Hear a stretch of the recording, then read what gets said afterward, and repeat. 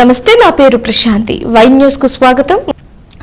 అంబేద్కర్ కోనసీమ జిల్లా రావులపాలెం మండల ప్రజా పరిషత్ సర్వసభ్య సమావేశం సాఫీగా సాగింది.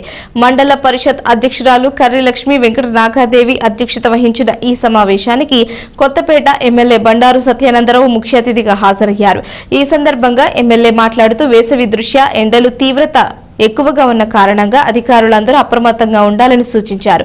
వ్యవసాయ, విద్యుత్, జలవనరుల శాఖల అధికారులతో సమస్యలు, వాటి పరిష్కారాలపై అధికారులతో చర్చించారు. సమస్యలపై ప్రత్యేక దృష్టి సారించి రైతులకు, ప్రజలకు త్రాగు, సాగునీరు ఇబ్బందులు లేకుండా చూడాలని బండారు అధికారులను ఆదేశించారు. ఈ కార్యక్రమంలో రావులపాలెం జెడ్పీటీసీ కుడిపూడి శ్రీనివాసరావు, ఎంపీడీఓ ఈ మహేశ్వరరావు, ఎంపీటీసీలు, సర్పంచులు, మండల స్థాయి వివిధ శాఖల అధికారులు తదితరులు పాల్గొన్నారు.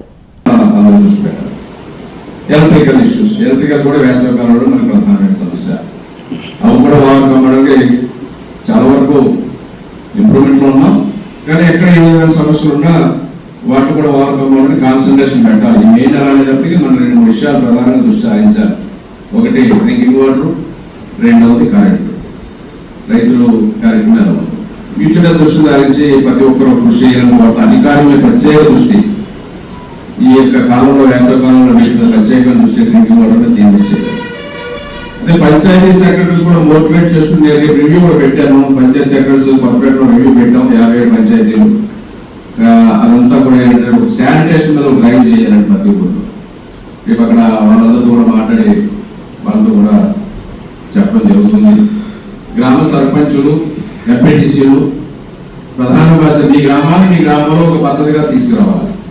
ఇక్కడ ఒక స్వచ్ఛ భారత్, స్వచ్ఛ ఆంధ్ర అంటే ఏదో ఒక పార్టీ కార్యక్రమం కిందో లేదా ఒక ప్రభుత్వం, అదేవిధంగా మండల పరిధిలో ఇతర సంస్థలన్నీ మీకు తెలియడం కాదు. మాట్లాడుకున్నాం అంటే వేసవకాలం కాబట్టి వ్యవసాయం ప్రధానంగా కరెంట్ ఇష్యూ. ఇప్పుడు రైతుల యొక్క ధాన్యాలు కొనుగోలు చేయటం అనేది, రైతులకి గిట్టుబాటు ధర ఏదైతే మద్దతు ధర ఉందో ఆ మద్దతు ధర అందించడం మన బాధ్యత.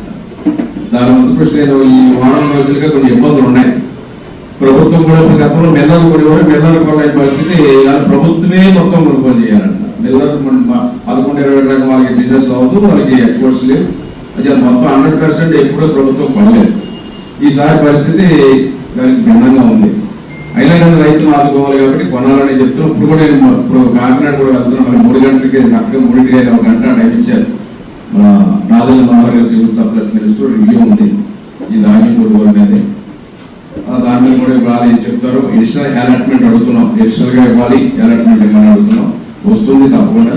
ఆల్రెడీ అన్నింటి కోసం కూడా మనం ప్రయత్నం చేస్తున్నాం. మన ఇన్ఛార్జ్ మినిస్టర్తో మాట్లాడడం, సివిల్ సప్లైస్ ఎంపీతో మాట్లాడడం. అది మన ఒక్కరు కూడా జిల్లాకే ఇవ్వాలి. అది వస్తుంది. రైతుల యొక్క ధాన్యం కొనుగోలు సమస్యను అధిగమిస్తామని కూడా తెలియజేస్తాం.